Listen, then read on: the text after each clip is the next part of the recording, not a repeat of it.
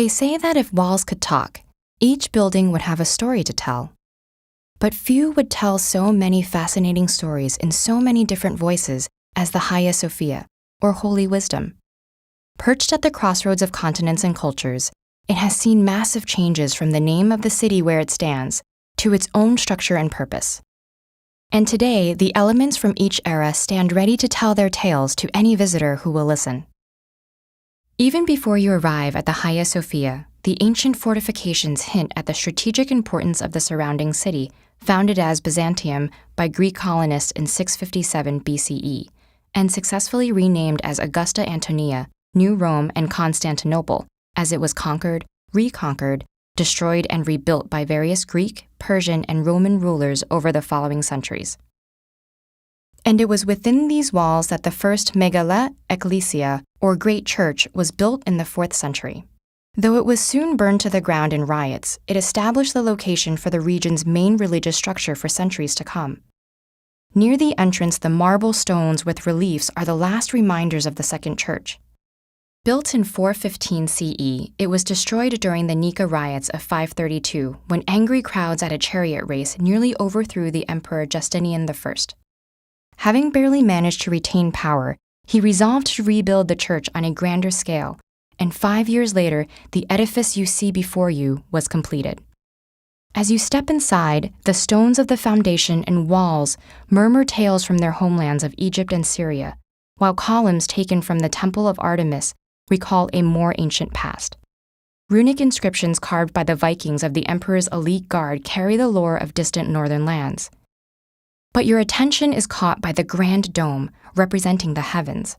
Reaching over 50 meters high and over 30 meters in diameter, and ringed by windows around its base, the golden dome appears suspended from heaven, light reflecting through its interior. Beneath its grandiose symbolism, the sturdy reinforcing Corinthian columns brought from Lebanon after the original dome was partially destroyed by an earthquake in 558 CE quietly remind you of its fragility and the engineering skill such a marvel requires.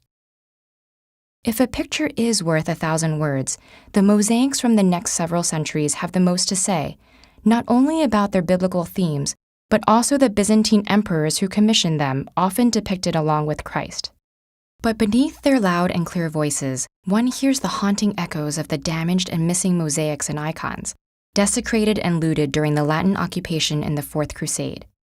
Within the floor, the tomb inscription of Enrico Dandolo, the Venetian ruler who commanded the campaign, is a stark reminder of those 57 years that Hagia Sophia spent as a Roman Catholic church before returning to its Orthodox roots upon the Byzantine reconquest.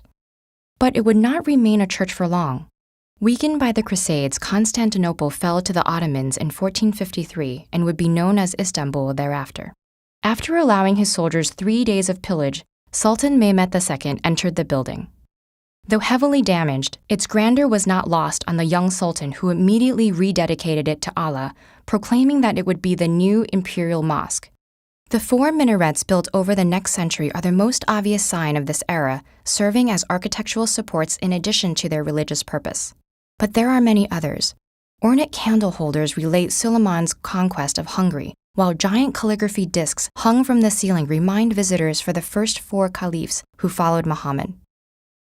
Though the building you see today still looks like a mosque, it is now a museum, a decision made in 1935 by Kemal Atatürk, the modernizing first president of Turkey, following the Ottoman Empire's collapse. It was this secularization that allowed for removal of the carpets hiding the marble floor decorations and the plaster covering the Christian mosaics. Ongoing restoration work has allowed the multiplicity of voices in Hagia Sophia's long history to be heard again after centuries of silence. But conflict remains. Hidden mosaics cry out from beneath Islamic calligraphy, valuable pieces of history that cannot be uncovered without destroying others. Meanwhile, calls sound from both Muslim and Christian communities to return the building to its former religious purposes. The story of the divine wisdom may be far from over, but one can only hope that the many voices residing there will be able to tell their part for years to come.